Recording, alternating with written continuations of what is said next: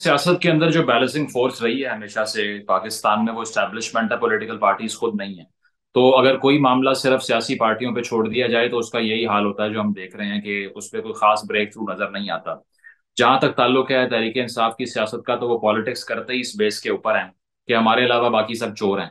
तो अगर उनको टेबल टॉक के लिए बिठा दिया जाए और कोई ऐसा अग्रीमेंट रीच हो जाए जिससे उनकी भी एक पोजीशन कॉम्प्रोमाइज हो जाए, तो उनका फॉलोअर कभी भी उस बात को एक्सेप्ट नहीं करेगा।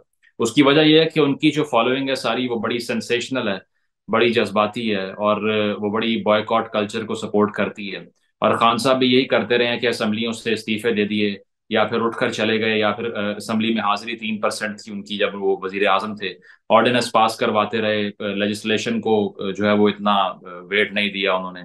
तो अब आकर अगर हम ये सोचें कि ये दोनों पॉलिटिकल फोर्सेस इकट्ठे बैठ के कोई फैसला कर लेंगे, तो मुझे लगता नहीं कि ऐसा होगा। उसकी वजह यह है कि पहले टेम्परेचर को कम करना पड़ता है, और जो सियासी दर्जा हरारत है वो इतना ज़्यादा है इस टाइम के ऊपर कि एकदम से चीज़ें रिजॉल्व हो नहीं सकती। ख्वाजा आसिफ साहब ने ये बात की है कि मुज़ाकरात करने का कोई फ़ायदा नहीं है तहरीक इंसाफ से, और वो बताता है कि पीडीएम का अपना माइंड क्या है, पीटीआई का माइंड क्या है।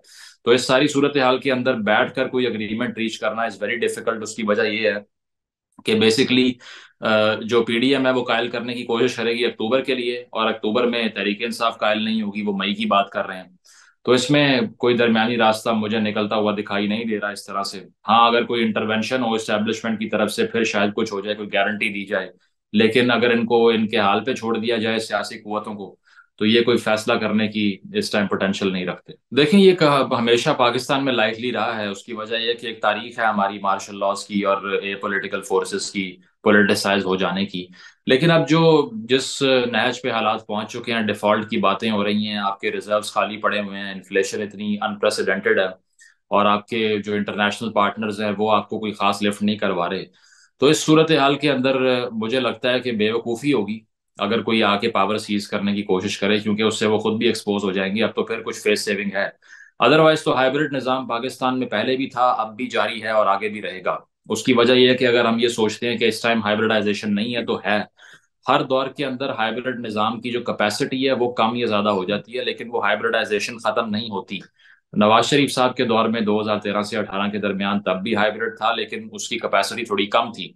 पीटीआई के दौर में कैपेसिटी बहुत बढ़ गई, क्योंकि एडवाइजर्स गवर्नमेंट चला रहे थे और रिटायर्ड अफसरान के हाथ में की पोजीशंस थी। अब आकर भी ऐसे ही है कि बेसिक फैसले जो है वो शहबाज शरीफ साहब की हुकूमत करती हुई दिखाई नहीं देती। तो ये चीज़ है कि हाइब्रिड कल्चर तो अब भी है पाकिस्तान में, जो तबाही की रेसिपी है असल में। और वो मुझे नहीं लगता कि इस सूरत हाल के अंदर आके वो फ्रंट पे आके लीड करना शुरू कर देंगे, क्योंकि फिर क्रिटिसिज्म भी उनको लेना पड़ेगा, जिम्मेदारी भी लेनी पड़ेगी। जो ऑपरेशन परवेज इलाही साहब के घर हुआ है वो सारा कुछ हमें ये बताता है कि ये कोई आम सी निगरान हुकूमत नहीं है। इसको बताया गया कि you are here to stay, और आप खुल के काम करें, कोई रोकेगा नहीं आपको।